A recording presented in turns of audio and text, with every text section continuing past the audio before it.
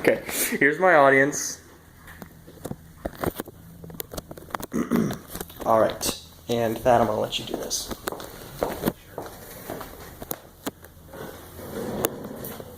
Okay. Am I in the frame? All right. So,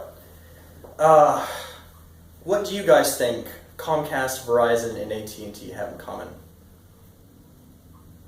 They're all too big of companies. Pain to work with. Customer service is awful. You're getting there. Well, actually, they spend hundreds of thousands of dollars on lobbying every year. Now, lobbying is a tactic that bigger businesses use to influence Congress so they can get Congress to kind of legislate the way they want them to. It provides them with a degree of immunity to the law, basically. So what can we do about that? Well, there's this group called Fight for the Future, and they protest and educate people in creative ways. I'm a supporter of Fight for the Future, and I've been following this issue for a couple years now. And in order to solve this problem, we need to consider how lobbying has gone bad, what could happen if it gets worse, and how we can stop it. So, many would argue with me that lobbying isn't inherently bad, and there's some truth to that.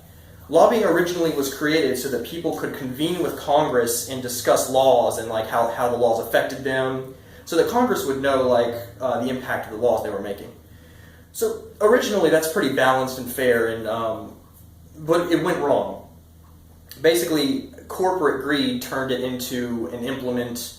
It turned it from an implement of democracy to basically a tool that the corporations could use to elevate themselves and become stronger, basically get away with whatever they want.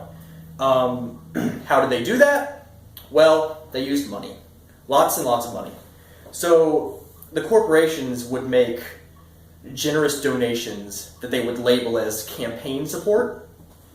And if they did that, they would get in close with the congressmen, and generally they'd start seeing some benefits like reduced taxes. They were allowed to make more.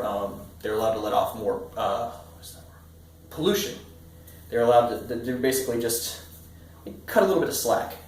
So, and also they would hire lobbyists that basically they would pay these people to go and talk to congressmen for them, and this would kind of give congressmen like a false view of what Americans wanted.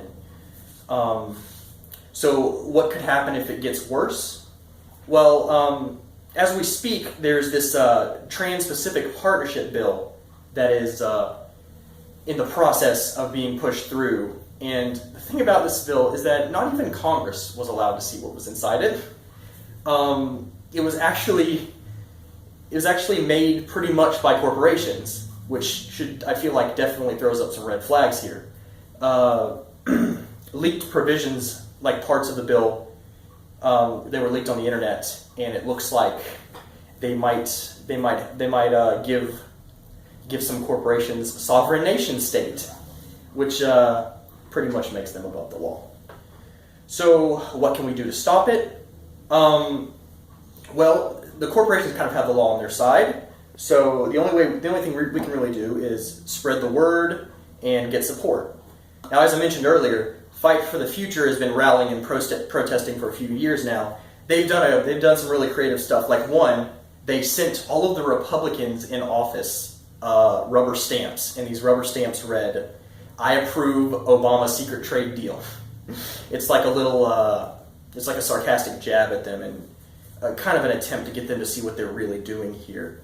Back in June, they did this thing, Reset the Net, where they got with site owners of big sites like Google and Twitter and Tumblr, and all of those sites enabled security protocols that would block the NSA's unwarranted spying on everyone.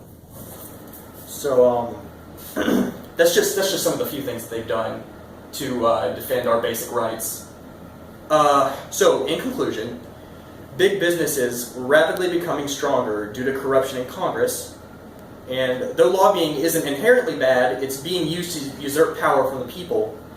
And we can help by spreading the word and letting Congress know that we won't stand for this.